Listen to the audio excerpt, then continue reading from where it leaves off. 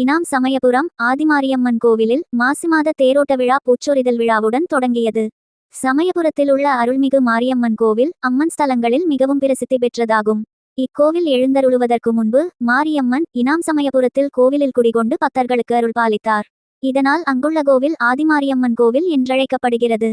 சமயபுரம் மாரியம்மனின் அன்னையாகவும் தெற்கிலிருந்து தன் கடைக்கண் அருள்பார்வை கிழக்கில் உள்ள தன் மகளான சமயபுரம் மாரியம்மன் நோக்கித்தான் ஆதிமாரியம்மன் காட்சி தருகிறார்.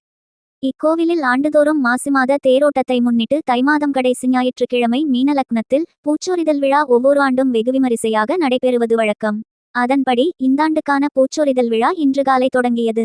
இதையொட்டி கோவில் நிர்வாகத்தின் சார்பாக கோயில் இணை ஆணையர் பிரகாஷ் தலைமையில் திருக்கோவில் பணியாளர்கள், ஊழியர்கள், பக்தர்கள் மற்றும் கிராம பொதுமக்கள் பூத்தட்டுகளை சுமந்து தேரோடும் வீதி வழியாக கோவிலுக்கு வந்தனர். முன்னதாக பூத்தட்டுகளுக்கு கோவில் குருக்கள் சிறப்பு அபிஷேகம், ஆராதனைகள் செய்தார். இதையடுத்து ஆதிமாரியம்மனுக்கு அபிஷேக ஆராதனைகள் செய்யப்பட்டு பூக்களை சாற்றி பூச்சொரிதல் விழா சிறப்புடன் நடைபெற்றது. இதனைத் தொடர்ந்து சமயபுரம், மருத்தூர், மாகாளிகுடி, துறையூர் உள்ளிட்ட சுற்றுவட்டார கிராமங்களிலிருந்து தட்டுகள் மற்றும் வாகனங்கள் உள்ளிட்டவற்றில் பக்தர்கள் மற்றும் பொதுமக்கள் கொண்டு வந்த பூக்கள் அம்மனுக்கு சாற்றப்பட்டது.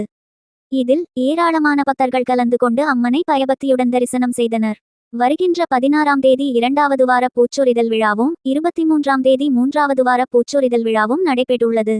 முக்கிய நிகழ்வான மாசி மாத தேரோட்ட விழா வருகின்ற மார்ச் 2ஆம் தேதி நடைபெற்றுள்ளது. இந்த விழாவிற்கான ஏற்பாடுகளை கோவில் இணை ஆணையர் பிரகாஷ் தலைமையில் கோயில் பணியாளர்கள், கோயில் குருக்கள் ஜம்புலிங்கம், மணியக்காரர் பழனிவேல், பக்தர்கள் மற்றும் பொதுமக்கள் செய்திருந்தனர்.